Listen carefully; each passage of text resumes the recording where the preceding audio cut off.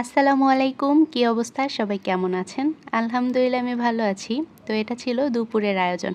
কয়েকটা সবজি মিক্সড সবজি ভাজি করা হয়েছিল আর ব্রয়লার মুরগি নতুন আলু দিয়ে ভুনা করেছিলাম।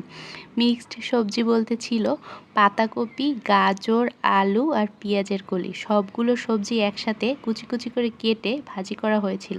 শীতকালীন এই সবজি ভাজি খেতে দারুণ মজা লাগে। অনেক দিন পরে ব্রয়লার মুরগি নিয়ে আসা হয়েছিল।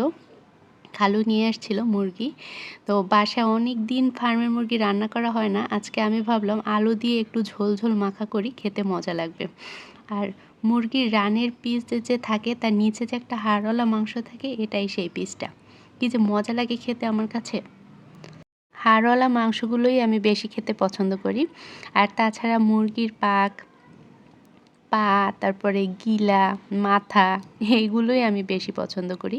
সবসময় মুরগি রান্না করলে এই পিসগুলোই আমি বেছে নিই। মাংসের পিসগুলো খুব বেশি একটা খাওয়া হয় না। এই পিসগুলোই বেশি মজা লাগে আমার কাছে। মুরগির গিলা, হাঁসের গিলা এগুলো আমি খুব পছন্দ করি। যাই হোক, ব্রয়লার মুরগিটা ভুনা করেছিলাম একটু ঝোল ঝোল করে, দারুণ মজা লাগছিল খেতে। গ্রামের বাড়িতে যখন যাই সবাই মিলে একসাথে, তখন এরকমের ব্রয়লার মুরগি নিয়ে এসে রান্না করে ওই মুরগিটা যে কি স্বাদ লাগে। আর শহরে আসলে দেখা যায় পুরো একটা মুরগি একসাথে কখনো রান্না করা হয় না, অর্ধেকটা হয়তো করা হয় বা 3 ভাগের 1 ভাগ করা হয়।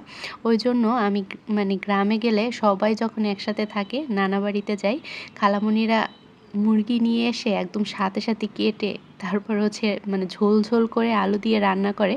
ভাগেই পাওয়া যায় না এমন অবস্থা। অনেক সময় এরকমের হয়, রান্না করে সবাই চুলার পাড়ে বাচ্চাদেরকে বাটিতে দিয়ে দেয়, ওখানেই খাওয়া শেষ হয়ে যায়। এরকমের এর আগের বারও হয়েছে। সব বাচ্চারা মিলে বসেছে একবারে, চুলার পাড়ে বসেই সবার খাওয়া দাওয়া কমপ্লিট। যাই হোক, এই মাংসটাও আমি রান্না করেছিলাম, ওরকমের অনেকটা খেতে স্বাদ লেগেছিল। কিন্তু আসলে গ্রামের বাড়িতে সবাই মিলে একসাথে মাটির চুলার রান্নার স্বাদই অন্যরকম, তাই না? মিক্সড ভাজিটা হচ্ছে একদম মুরগির ঝোলের সাথে মাখিয়ে আলু দিয়ে সব একসাথে মাখিয়ে খাচ্ছিলাম।